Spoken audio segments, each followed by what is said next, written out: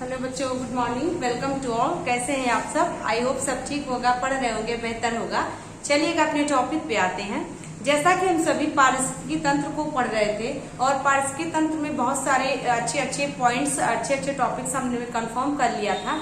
आज की क्लास में हम सभी पारिस्थितिक पिरामिड का अध्ययन करेंगे। जैसा कि हम सभी जानते हैं कि पारिस्थितिकी के जीवी घटक और अजीवी घटक में, जीवी घटक में उत्पादक, उपभोक्ता, जिसमें प्राथमिक उपभोक्ता, द्वितीयक उपभोक्ता, तृतीयक उपभोक्ता तथा अपघटक को ध्यान में रखा जाता है। तो यहाँ पर हम सभी को ध्यान रखना होगा, पारिस्थितिक पिरामिड में घास स्थल का पिरामिड, तालाब का पिरामिड और वन का पिरामिड, तीनों का अध्ययन करना होगा। तो इसको हम सभी तीन भागों में बांट कर करते हैं। जीवों की टोटल संख्या कितनी है, पहला ये होता है। दूसरा, जीवों का धरती पर भार कितना है, उसके पारिस्थितिकी तंत्र में भार कितना है। और तीसरा, हम सभी को जान के पिरामिड को जानने के लिए तीसरा पॉइंट दिमाग में रखना पड़ता है कि ऊर्जा क्या है, मतलब कितनी ऊर्जा किस जीव में जा रही है। तो जीवों की संख्या, जीवों का भार तथा ऊर्जा का पिरामिड, तीन प्रकार का पिरामिड का अध्ययन करना है। तो सबसे पहले पारिस्थितिकी पिरामिड क्या होता है? तो जो भी पोषक स्तर होते हैं, पोषक स्तर में लेवल 1, लेवल 2, लेवल 3 होता है। तो यही उत्पादक, प्राथमिक उपभोक्ता, द्वितीयक उपभोक्ता तथा तृतीयक उपभोक्ता में किसको पोषण जा रहा है। तो उत्पादक को प्राथमिक उपभोक्ता खाएंगे तो उत्पादक से पोषण प्राप्त करेंगे। प्राथमिक उपभोक्ता को द्वितीयक उपभोक्ता खाएंगे तो उनसे पोषण प्राप्त करेंगे। द्वितीयक उपभोक्ता को तृतीयक उपभोक्ता खाएंगे, उनसे पोषण प्राप्त करेंगे। तो इन्हीं पोषण स्तरों को ध्यान में रखते हुए पिरामिड का अध्ययन करना होता है। और इसमें जीवों की संख्या, जीवों का भार तथा जीवों में ऊर्जा का जो स्थानांतरण होता है उसको समझना होता है। तो चलिए अध्ययन करेंगे। सबसे पहला देखिएगा, कह रहा है कि खाद्य श्रृंखला में क्रमिक उच्च पोषण स्तरों में प्रजातियों की संख्या, सकल बायोमास, बायोमास को हम सभी जीव भार भी कहते हैं, तो इसको समझिएगा। बायोमास मतलब जीव भार, यानी कि जीवों की क्या है, जीवों की संख्या, जीवों का भार तथा ऊर्जा की सुलभता और प्राप्यता, मीन्स कि कहाँ से ऊर्जा मिल रही है और किसको मिल रही है। ठीक है, तो जीवों की संख्या देखिएगा। और सकल बायोमास का मतलब है जीवों का भार कितना है, और ऊर्जा की सुलभता तथा प्राप्यता मतलब कि किसको ऊर्जा कहाँ से मिल रही है और किसको मिल रही है। ठीक है, में इस तरह ह्रास होता है कि उनका आकार पिरामिड जैसा हो जाता है। ठीक है, तो इसमें उल्टा पिरामिड और सीधा पिरामिड दोनों मिलता है। उल्टा पिरामिड क्या होगा? जब घास स्तर और तालाब के संख्या की बात करेंगे तो पिरामिड सीधा बनेगा, लेकिन जब वन के पिरामिड को संख्या के आधार पर बात करेंगे तो पिरामिड उल्टा बनेगा। तो ये प्रश्न परीक्षा में सीधे सीधे आता है कि जीवों की संख्या के आधार पर घास स्तर का पिरामिड कैसा होता है, तो सीधा होता है। जीवों की संख्या के आधार पर तालाब का पिरामिड कैसा होता है, सीधा होता है।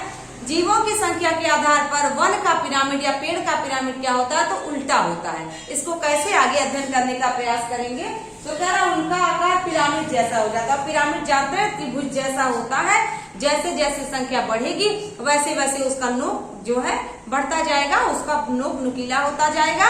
तो इसको हम क्या करेंगे, अस्तर पे नुकीला, तो पिरामिड अस्तर पे नुकीला, और अस्तर पे चौड़ा और सतह पे नुकीला तो पिरामिड सीधा, और अस्तर पे नुकीला, सतह पे आपका चौड़ा तो पिरामिड उल्टा होता है। ठीक है, तो यहाँ पर देखिएगा, इसे पारिस्थितिक पिरामिड कहते हैं।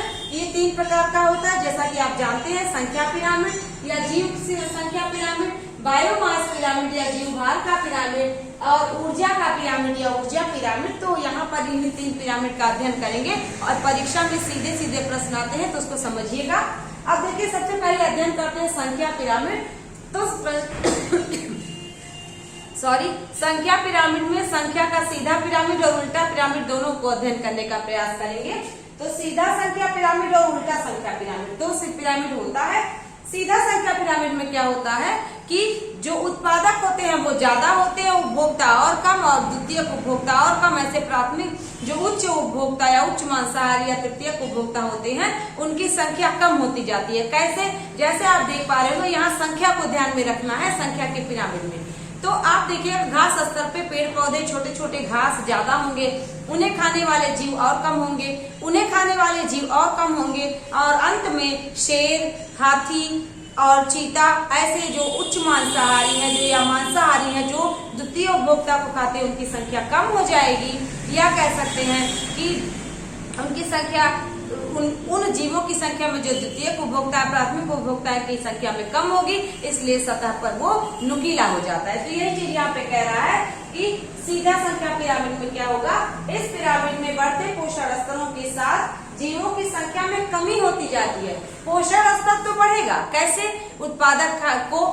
उत्पादक ऊर्जा का निर्माण करेंगे, उत्पादक को प्राथमिक उपभोक्ता खाएंगे, प्राथमिक उपभोक्ता को द्वितीयक उपभोक्ता खाएंगे, द्वितीयक उपभोक्ता को मांसाहारी जीव यानी तृतीयक उपभोक्ता खाएंगे। तो पोषण स्तर तो बढ़ रहा है, लेकिन संख्या में कमी आ रही है। यही चीज कह रहा है कि अत्यधिक कमी होती जाती है। संख्या पिरामिड के इस प्रकार में पिरामिड का आधार अत्यधिक चौड़ा और शीर्ष पर नुकीला हो जाता है।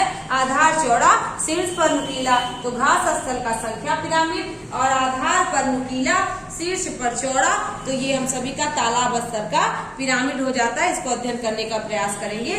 तो यहाँ पे देखिए कह रहा है कि घास के मैदान तथा तालाब में संख्या का पिरामिड इस प्रकार देखा जा सकता है, यानी कि सीधा संख्या पिरामिड तालाब और घास स्थल का होता है। ठीक है, इसको चित्र के माध्यम से देखने का प्रयास करेंगे। देखिएगा यहाँ पर आपका देखिए ये घास स्थल में सीधा संख्या पिरामिड है। तो यहाँ पर देखिए उत्पादक, यानी कि उत्पादक मतलब जो पेड़ पौधे हैं, घास है, छोटे पेड़ पौधे हैं, उनकी संख्या ज्यादा है। संख्या को ध्यान में रखना है संख्या के पिरामिड में, तो उनकी संख्या ज्यादा है। उन्हें खाने वाले जो शाकाहारी जीव है, जैसे गाय हो गया, बकरी हो गया, भेड़ हो गया, हिरन हो गया, उनकी संख्या कम है। मतलब घास से और पेड़ों से तो कम है, इसलिए यहाँ पर देखिए कम हो गया।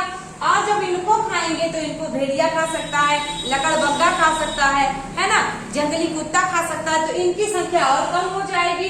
और लकड़बग्गा, जंगली कुत्ता, भेड़िया, लोमड़ी, इनको खाने वाले जानवरों की संख्या और कम हो जाएगी। तो यहाँ पर देखिए पौधे ज्यादा तो चौड़ा, प्राथमिक उपभोक्ता और कम, द्वितीयक उपभोक्ता और कम, तृतीयक उपभोक्ता और कम हो जाएंगे। तो ये घास स्थल का सीधा संख्या पिरामिड होगा, यानी कि यहाँ पर देखिए संख्या में कमी आ रही है। इसको समझिएगा, संख्या में कमी। ठीक है, ये प्रश्न परीक्षा में आता है। तो जब संख्या में कमी आएगी तो सीधा पिरामिड बनेगा, और संख्या में कमी नहीं आएगी, संख्या बढ़ेगा तो उल्टा बनेगा। ठीक है, यहाँ देखिए तालाब तंत्र में संख्या का सीधा पिरामिड कैसे है, आप देखिएगा। तालाब में जो छोटे छोटे पौधे हैं, जिसको प्लैंक्टन्स कहते हैं, शैवाल कह सकते हैं, उन्हें खाने वाले टिश्यू हो गए, इन्हें खाने वाले और छोटे कीड़े मकोड़े हो गए, उनकी संख्या और कम है। उन्हें खाने वाली छोटी मछलियां हो गई, उनकी संख्या और कम है। मछलियों को खाने वाली और बड़ी मछलियां हो गई, उनकी संख्या और कम है। और अंत में व्हेल मछली या कह सकते हैं शार्क मछली, उनकी संख्या और कम हो जाएगी। और आप देखिएगा शार्क मछली और व्हेल के अलावा मछलियों को खाने वाले जीव बत्तख हो सकते हैं, आप कह सकते हैं बगुला हो सकता है। ठीक है, तो बत्तख है, बगुला है, बाज है, जो कि पानी में उड़ करके शिकार करते हैं। तो यहाँ पर आप देखिए उनकी संख्या और कम हो जाएगी। तो यहाँ भी तालाब के पिरामिड में क्या होगा, संख्या में कमी होगी। ठीक है, तो इस प्रकार आप समझ पाए होंगे कि संख्या के पिरामिड में तालाब में घास स्थल पर संख्या का पिरामिड सीधा बनेगा, वन या पेड़ में उल्टा बनेगा। उसको भी समझने का प्रयास करेंगे। आई होप बच्चों इसको आप समझ गए होंगे कि कैसे सीधा पिरामिड बन रहा है। यहाँ पर चूंकि पोषण स्तर तो ज्यादा होगा, लेकिन संख्या में कमी आएगी, तो इसी संख्या को आधार मानते हुए संख्या का पिरामिड का अध्ययन किया जाता है। ओके, तो चलिएगा उल्टा पिरामिड देखते हैं। संख्या का उल्टा पिरामिड क्या होता है, इस पिरामिड में प्रत्येक पोषण स्तर पर संख्या में तो वृद्धि होती है। ठीक है, इस प्रकार का पिरामिड वनों में पाया जाता है। यह पिरामिड आधार पर नुकीला, शीर्ष पर चौड़ा होता है। यहाँ देखिए आधार पर नुकीला, शीर्ष पर चौड़ा होता है। ठीक है, ये है वन का पिरामिड। ठीक है, आप यहाँ पर देख पा रहे होंगे, यह पिरामिड वनों में पाया जाता है। जीव संख्या पिरामिड में सिर्फ जीवों की संख्या को ध्यान में रखा जाता है। वन पेड़ में संख्या का उल्टा पिरामिड, आप भी ऐसे ही बना लीजिएगा। घास स्तर पर सीधा पिरामिड, तालाब में सीधा पिरामिड, और वन में पेड़ों की संख्या का उल्टा पिरामिड। क्यों? क्योंकि वन की अगर बात करें तो वन में जो बड़े बड़े पेड़ हैं उनकी संख्या कम होगी, लेकिन उन पर जो चिड़ियां हैं उनकी निर्भरता ज्यादा होगी। चिड़ियों पर कीड़े मकोड़े की निर्भरता ज्यादा होगी, और ऐसे ऐसे कीड़े मकोड़ों पर और जीवों की निर्भरता ज्यादा होगी। तो वन में पेड़ की संख्या कम, चिड़ियों की संख्या ज्यादा, कीड़े मकोड़ों की संख्या उनसे ज्यादा, ऐसे परजीवियों की संख्या और ज्यादा, और उन्हें खाने वालों की संख्या और ज्यादा। या कह सकते हैं कि संख्या में वृद्धि होती जाएगी। तो इस वजह से वन या पेड़ का पिरामिड क्या हो जाएगा, वन या पेड़ का पिरामिड उल्टा बनेगा। ठीक है, तो यहाँ आप कह सकते हैं संख्या में वृद्धि, संख्या में वृद्धि। किसमें? तालाब के पिरामिड में कमी, घास के पिरामिड में संख्या में कमी, परंतु वन और पेड़ में जो पिरामिड बनेगा उसमें संख्या में वृद्धि होगी। देखिएगा, उत्पादक होंगे पेड़, चिड़िया उन पे निर्भरता, कीड़े मकोड़ों की उन पे निर्भरता, परजीवियों की उन पे निर्भरता, उच्च परजीवियों की उन पे निर्भरता। तो जैसे जैसे संख्या बढ़ेगी पिरामिड भी बढ़ेगा, संख्या घटेगी तो पिरामिड शीर्ष पर नुकीला, संख्या बढ़ेगी तो पिरामिड शीर्ष पर चौड़ा हो जाएगा। इस बात को ध्यान रखिएगा। तो संख्या का पिरामिड में आपने समझ लिया, घास तालाब का सीधा और वन का या पेड़ का उल्टा पिरामिड बनता है। तो इसको भी आप अच्छे से नोट कर लीजिए। अब हम सभी देखेंगे बायोमास पिरामिड, जिसको हम सभी कह सकते हैं जीव भार का पिरामिड। इसमें भी सीधा उल्टा दोनों को ध्यान रखना होगा। अब देखना है कि बायोमास या जीव भार का जो पिरामिड होता है उसमें क्या है। तो उसमें स्थल का जो पिरामिड है वो सीधा बनेगा और जल का जो पिरामिड है वो उल्टा बनेगा। इसके पहले हम सभी देख रहे थे कि स्थल का और तालाब का या जल का सीधा बन रहा था, वन या पेड़ का उल्टा बन रहा था। अब हम सभी को पढ़ना है कि हम सभी देखेंगे कि जीव भार के पिरामिड में स्थल का पिरामिड सीधा, जल का पिरामिड उल्टा बनेगा। ठीक है, तो वही चीज यहाँ पर लिखा हुआ है, बायोमास या जीव भार का पिरामिड तो दो होता है, सीधा पिरामिड और उल्टा पिरामिड। तो यहाँ पर देखिएगा, करा जीव भार का सीधा पिरामिड, तो ध्यान रखिएगा स्थल पर सीधा, जल में उल्टा, यही दो प्रश्न परीक्षा में आता है। ठीक है, स्थल पर पाए जाने वाले अधिकतम पाई तंत्रों के लिए बायोम के पिरामिड में, बायोम मतलब होता है जीवों, बायोम को जीवों भी कहते हैं। मतलब क्या कि पेड़ पौधों और जीवों को मिला करके उनके रहने के स्थान को बायोम या जीवों कहते हैं। ठीक ना, बायोम के पिरामिड में एक बार बड़ा आधार प्राथमिक उत्पादकों से बनता है तथा शीर्ष पर लघु पोषण स्तर प्राप्त होता है। संख्या में क्या हो जाएगी? संख्या में कमी, लेकिन भार में वृद्धि होती है। ठीक ना, इसको देखिएगा, स्थलीय पारतंत्र में जैव भार का सीधा पिरामिड। अब बस आपको समझना होगा कि भार को दिमाग में रखना होगा यहाँ पर। ठीक ना, तो यहाँ पर भार को दिमाग में रखिएगा। तो वही प्राथमिक उत्पादक, प्राथमिक उपभोक्ता, द्वितीयक उपभोक्ता, तृतीयक उपभोक्ता ही रहेंगे, लेकिन भार में वृद्धि होगी। तो देखना होगा, जैसे अब देखेंगे कि जब हम सभी तालाब को पढ़ेंगे तो भार में क्या होगी? भार में वृद्धि होगी। और जल की, जब घास स्थल की बात करेंगे तो भार में कमी होगी, संख्या में वृद्धि होगी। और यहाँ भार को ही ध्यान में रखना होगा। कह रहा है कि पेड़, पहला होगा पेड़ यानी कि उत्पादक। अब इनका क्या, इनकी क्या है? इनका 1000 किलो भार है। तो अब देखिए, खरगोश हिरण की बात करें तो संख्या में कमी होगी, लेकिन भार में वृद्धि हो, है ना, संख्या में वृद्धि होगी, भार में कमी होगी। तो यहाँ पर देखिएगा, भार में कमी तो 100 किलो, भेड़िया बिल्ली की बात करेंगे तो 10 किलो, और शेर की बात करेंगे तो उसका संख्या और भार दोनों में। तो यहाँ पर भार को बात दिमाग में रखना होगा। तो 1000 किलो पेड़ों का भार, इसके बाद 100 किलो खरगोश हिरण, भार में देखिए कमी हो रही है। भेड़िया बिल्ली की बात करेंगे तो 10 किलो और शेर की बात करेंगे तो 1 किलो। वही उत्पादक, प्राथमिक उपभोक्ता तथा द्वितीयक उपभोक्ता और तृतीयक उपभोक्ता। तो क्या आप देख पा रहे होंगे कि यहाँ पर देखिए, भार में वृद्धि, भार में कमी, यही दो बात आपको ध्यान रखना है। तो 1000, 100 किलो, 10 किलो, 1 किलो, तो भार में कमी होगी। यहाँ पर हम सभी का पिरामिड सीधा बनेगा, क्योंकि यहाँ भार को दिमाग में रखना होगा। अब देखिए, जीव भार का उल्टा पिरामिड कहाँ बनेगा? बनेगा तालाब या जल में। जीव भार का उल्टा पिरामिड जलीय पारतंत्र में जीव भार का पिरामिड उल्टा होता है। जलीय पारतंत्र के उत्पादक, सूक्ष्म पादप, जिसको प्लवक कहते हैं, जिसको फाइटोप्लैंक्टन कहते हैं, होते हैं, जो तीव्र गति से वृद्धि करते हुए जनन करती हैं। इसमें जीव भार के पिरामिड का आधार दिमाग में रखिएगा, छोटा होता है, और किसी भी समय उपभोक्ता का जीव भार प्राथमिक उत्पादक से जीव भार से अधिक होगा। बिल्कुल सही। क्यों? क्योंकि देखिएगा, जो पेड़ पौधे होते हैं उनको भार के आधार की बात की जाए तो भार तो जल में कम होगा उनका, और उन्हें छोटे जीव जंतु खाएंगे उनका भार अधिक होगा, मछलियां उनको खाएंगे उनका भार और अधिक होगा, और आप देख पाते होंगे बड़ी मछलियां उनको खाएंगे उनका भार और अधिक होगा। और यहाँ पर देखिएगा, संख्या में कमी होगी लेकिन भार अधिक होगा। तो जब भार अधिक होगा तो यहाँ जीव भार का पिरामिड उल्टा बनेगा। स्थल की बात करेंगे तो सीधा बनेगा। ठीक है, बड़ी मछलियां जैसे व्हेल मछली हो गई, शार्क मछली हो गई, तो यहाँ पर उनका भार अधिक है तो शीर्ष पर चौड़ा, और छोटे जीवों का भार कम तो शीर्ष पर नुकीला। यहाँ पर क्या करना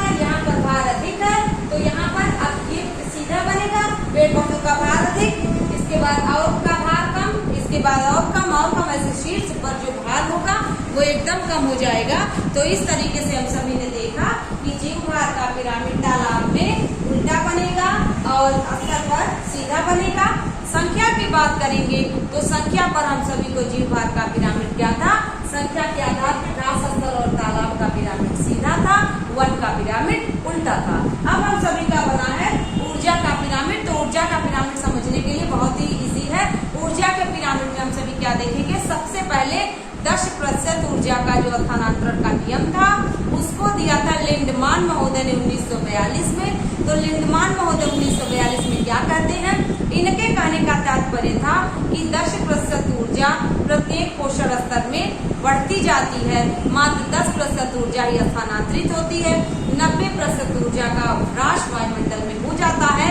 तो यहाँ पर जो प्राथमिक उपभोक्ता, द्वितीय उपभोक्ता, तृतीय उपभोक्ता की बात करते हैं तो जो सूर्य से ऊर्जा मिलेगी प्राथमिक उपभोक्ता, द्वितीय उपभोक्ता, तृतीय उपभोक्ता में, तो इसका पिरामिड सीधा बनता है। ऊर्जा का पिरामिड हमेशा सीधा बनेगा, चाहे जल की बात हो, चाहे स्थल की बात हो, चाहे वन की बात हो, हमेशा ऊर्जा का पिरामिड सीधा बनेगा। आप इसको नोट कर सकते हैं कि ऊर्जा का पिरामिड हमेशा सीधा बनता है, इसलिए उल्टा बनता ही नहीं है, ठीक है, हमेशा सीधा बनता है। कहीं की बात करेंगे और इसका नियम 1942 में लिंडमान महोदय ने 10% ऊर्जा स्थानांतरण का नियम दिया था। 10% ऊर्जा स्थानांतरण का नियम दिया था, ठीक ना। ये 2 पॉइंट हो गया। अब ये जो ऊर्जा का पिरामिड सीधा कैसे बनेगा देखिएगा, ये आपके हो गए प्राथमिक, ये उत्पादक हो गए, ये हो गए आपके प्राथमिक उपभोक्ता और ये द्वितीय उपभोक्ता और ये हो गए तृतीय उपभोक्ता, ठीक है। बहुत आसान है, बस यही आपको ध्यान रखना है कि ऊर्जा का पिरामिड हमेशा सीधा बनता है। अब पेड़ पौधों में जो भी ऊर्जा पेड़ पौधे वायुमंडल में प्रकाश संश्लेषण की क्रिया में बनाएंगे कार्बन डाइऑक्साइड के द्वारा और क्लोरोफिल के द्वारा, तो ग्लूकोज में कन्वर्ट करेंगे। तो जो ऊर्जा होगी उसको हिरन खाएगा, घास खाएगा, हिरन है, गाय है, खरगोश है, गिलहरी है, ये छोटे जीव हैं, वे इन पौधों को खाएंगे। तो इन पौधों को खाएंगे तो 10% ऊर्जा इनसे अगले जीव में चली गई। अगले जीव को जैसे खरगोश हो गया, चूहा हो गया या हिरन हो गया, गाय का, इसको अगर अगला जीव खाएगा तो मात्र 10% ऊर्जा ही आगे बढ़ेगी। इनको अगला जीव खाएगा तो 10% ऊर्जा आगे बढ़ेगी, 90% ऊर्जा वायुमंडल में समाप्त हो जाएगा। तो ऊर्जा का पिरामिड इसीलिए हमेशा सीधा बनता है। यहाँ पर चाहे जल की बात करें, चाहे स्थल की बात करें, चाहे वन की बात करें, हर हाल में ऊर्जा का पिरामिड सीधा बनता है। उत्पादक से प्राथमिक उपभोक्ता को 10% ऊर्जा मिली, प्राथमिक उपभोक्ता से द्वितीय उपभोक्ता को मिली, द्वितीय उपभोक्ता से तृतीय उपभोक्ता को मिली। इस प्रकार से ऊर्जा का पिरामिड हमेशा सीधा बनता है। 1942 में लिंडमान महोदय ने ये नियम दिया था, तो इसको आपको बहुत अच्छे से ध्यान रखना होगा। तो उम्मीद करते हैं विद्यार्थियों आपको पिरामिड समझ में आया होगा। प्रश्न सीधे यही पूछता है कि घास स्थल पर संख्या का पिरामिड, घास स्थल पर या स्थल पर ऊर्जा का पिरामिड, या कह दे कि जीवभार का पिरामिड, या नियम किसने दिया था। तो ऐसे प्रश्न परीक्षा में पूछे जाते हैं। आई होप आपको ये समझ में आया होगा। आप अच्छे से नोट डाउन कर लीजिएगा, समझ के लिख लीजिएगा। बहुत बहुत धन्यवाद आज की क्लास के लिए। कोई भी समस्या हो तो प्लीज कमेंट करें, आपकी समस्या का समाधान किया जाएगा। Thank you so much.